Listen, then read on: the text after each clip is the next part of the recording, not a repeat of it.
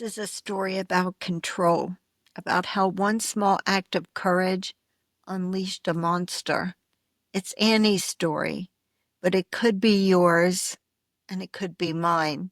It's the night that Annie said no and why everything after that just shattered right in front of her eyes. It started with a dress. They were getting ready to go to her cousin's wedding. Annie had chosen this beautiful, soft, pink, flowy dress, one that made her feel so pretty.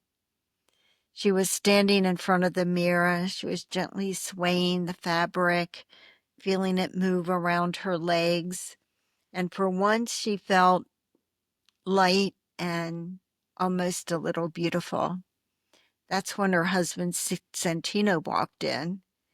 He saw her admiring herself, and without a word, he reached into her closet and yanked out another random dress, held it out to her, and said, "Wear this one instead."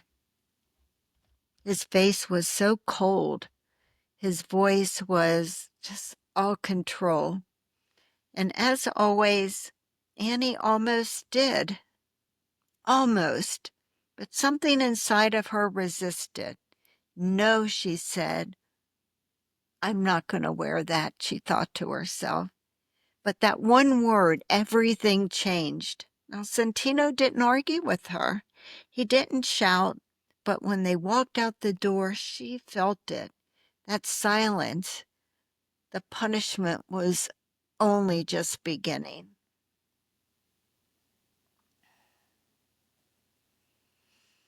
After Annie said no at the wedding, Santino's mood only got more cold. He didn't open Annie's car door as he always did.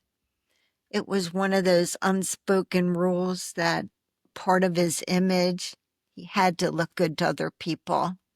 But he didn't open the door. He just left her sitting there. He didn't even look at her. And inside the reception hall, he stood by the bar almost the whole night. He was just exuding charm with Annie's family. But when he looked at Annie sitting all alone at their table, he looked right through her, not at her.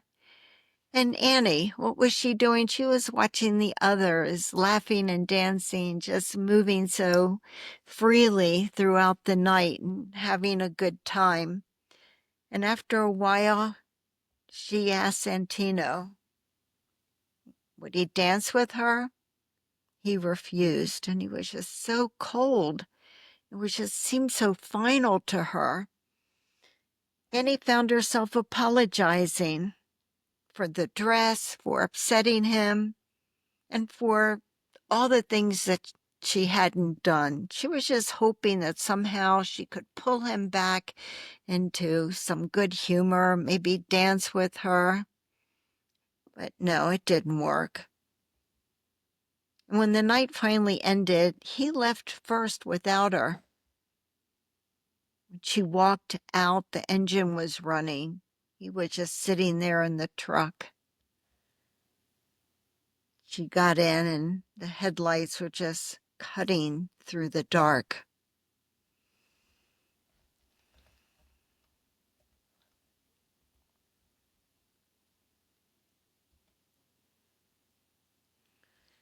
The ride home, it turned dangerous. It wasn't, Annie hadn't even gotten in her seat yet when Santino just peeled out onto the dark road. Her door slammed shut from the force of the acceleration. He didn't even say a word.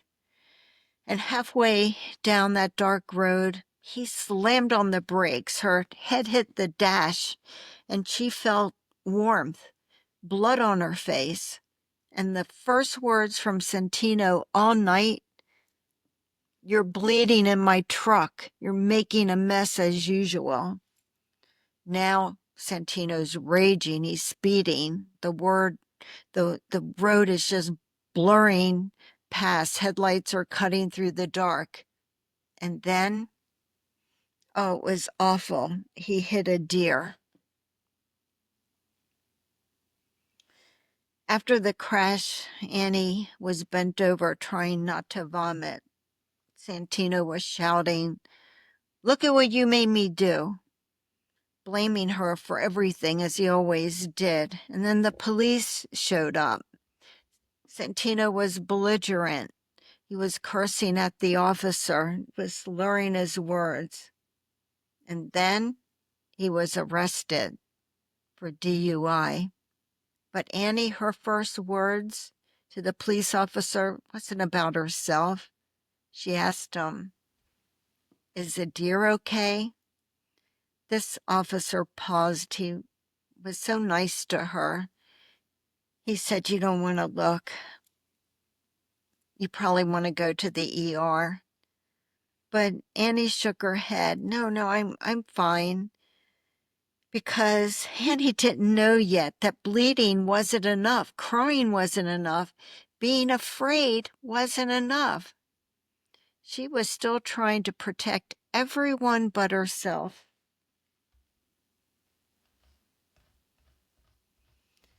Sometimes that's how it all starts. With one small no, one long night, and the slow road to realizing it was never about the dress.